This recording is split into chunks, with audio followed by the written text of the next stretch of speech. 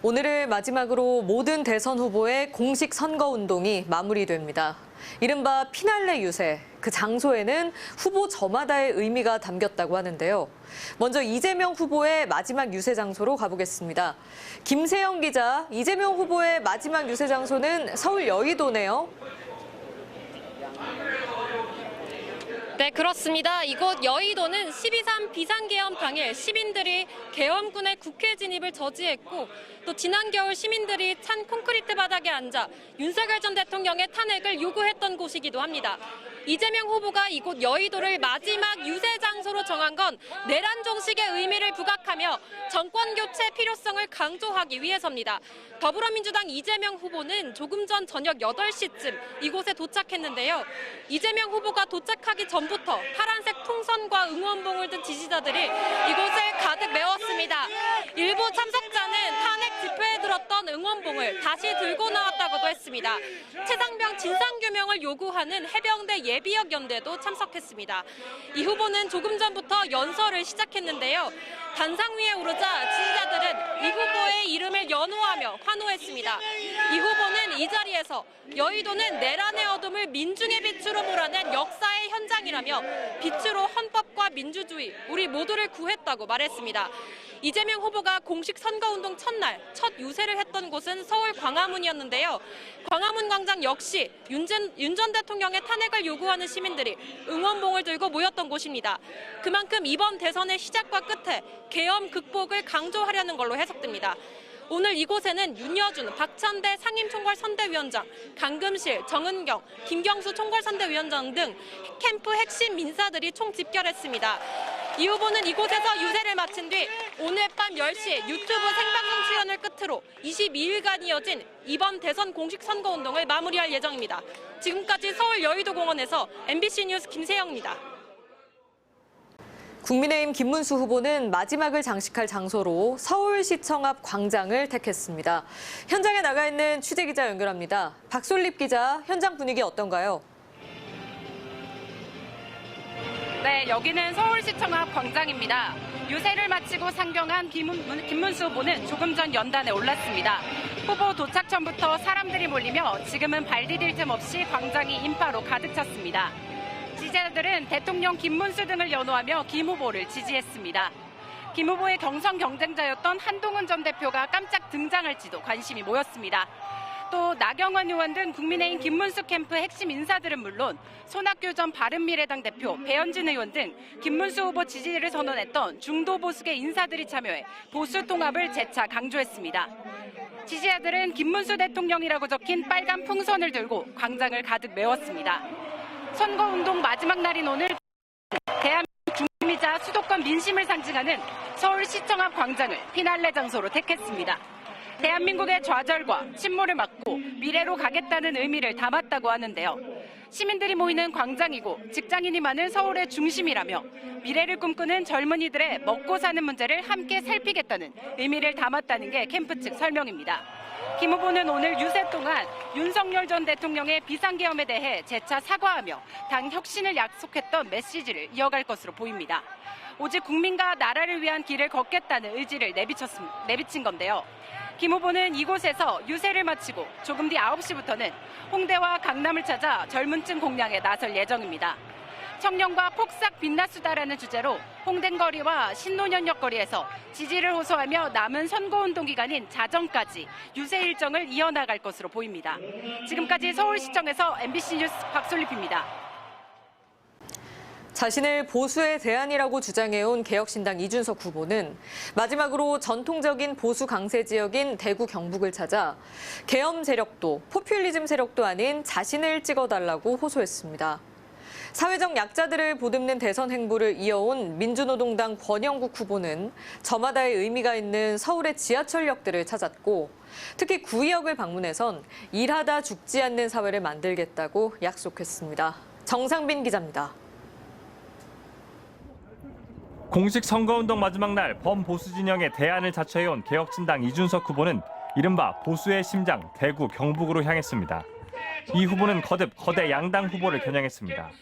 먼저 국민의힘 김문수 후보에게 가는 한 표는 윤석열과 계엄에 찬성하는 한 표로 민주주의를 죽이는 사표가 될 것이라고 호소했습니다. 어떻게 계엄 세력과 부정선거 세력, 태극기 부대가 삼위일체로 대한민국을 다시 망가뜨리려고 할 수 있겠습니까? 이어 더불어민주당 이재명 후보에게 표를 주면 유죄 판결을 되돌리려 법까지 바꾸는 독재의 서막이 시작될 것이라며 계엄 세력도 포퓰리즘 세력도 아닌 자신이 대안이라고 거듭 주장했습니다. 이재명 후보는 독재자가 될 그런 운명을 가지고 선거에 뛰어들고 있다. 그래서 강력하게 심판받아야 된다고 생각하고 있습니다. 22일 전 노동자들의 고공농성장에서 공식 선거운동에 나섰던 민주노동당 권영국 후보는 사회적 약자들이 눈물을 흘렸던 서울의 지하철역들을 한 곳 한 곳 찾았습니다. 장애인들이 지하철을 타게 해달라며 시위를 벌여온 4호선 해화역에선 장애인, 비장애인을 갈라온 정치권, 특히 이준석 후보를 정면 비판했습니다. 공중파에서 언어성 폭력을 마음 놓고 짓거렸던 그 정치인은 바로 장애인을 가장 혐오의 대상으로 몰아세웠던 그 후보 아닙니까? 비정규직 노동자 고 김군이 숨진 2호선 구의역에서는 더 이상 일하다 죽지 않는 사회를 만들겠다고 약속했습니다. 9년 전 여성 혐오 살인 사건이 일어났던 강남역에서는 여성이라는 이유로 차별받지 않는 선진국을 만들겠다고 목소리를 높이며 22일 동안의 대장정을 마무리했습니다. MBC 뉴스 정상빈입니다. 현장 연결이 고르지 못했던 점 사과드립니다. 다음 소식 전해드립니다. 이번 선거는 현직 대통령이 부정선거라는 망상에 사로잡혀 비상계엄을 선포했다가 파면당해 치러지게 된 선거입니다. 중앙선거관리위원회는 그 어느 때보다 공정하고 철저한 선거 관리를 강조하면서 유권자들에게 소중한 한 표를 꼭 행사해달라고 당부했습니다. 백승우 기자가 보도합니다. 전국 14,295곳 투표소에서 13만여 명이 투입돼 치러지는 제21대 대통령 선거.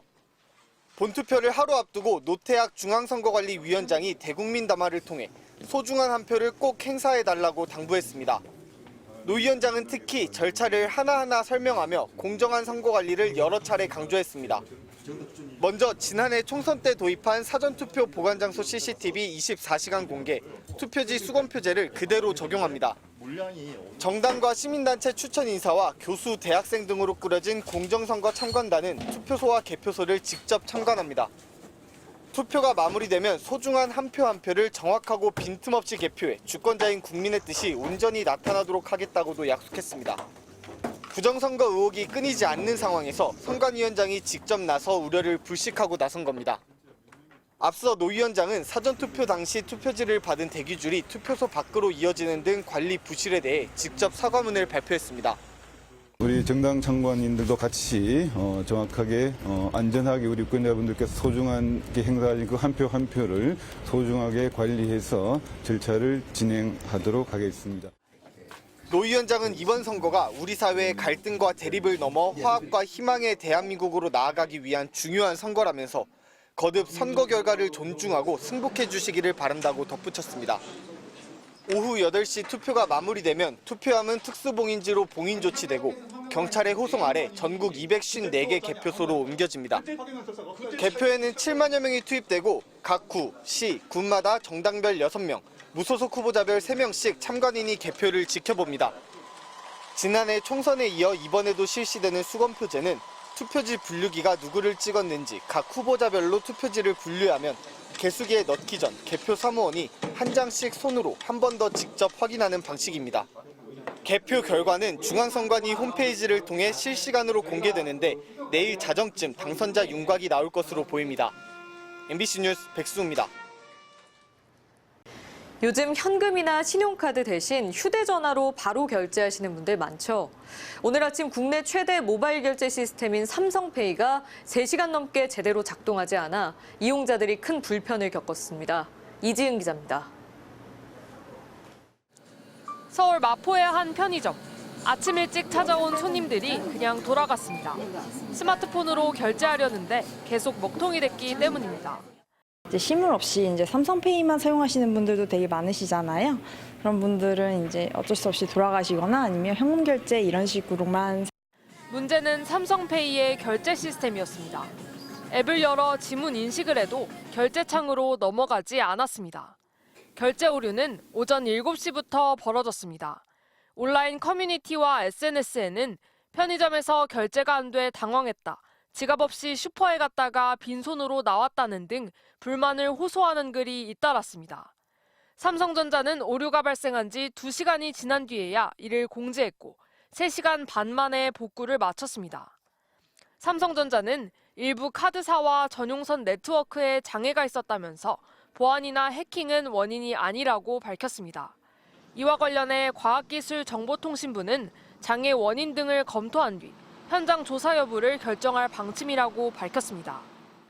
삼성페이 같은 건 중요한 플랫폼이잖아요. 시스템 오류가 됐든 해킹이든 시나리오를 만들고 거기에 대해서 빠르게 복구할 수 있는 그런 대응체제를 갖춰야 되는데, 지난 2015년 출시된 삼성페이는 국내 가입자 수가 1,800만 명에 이르는 국내 최대 모바일 결제 시스템입니다.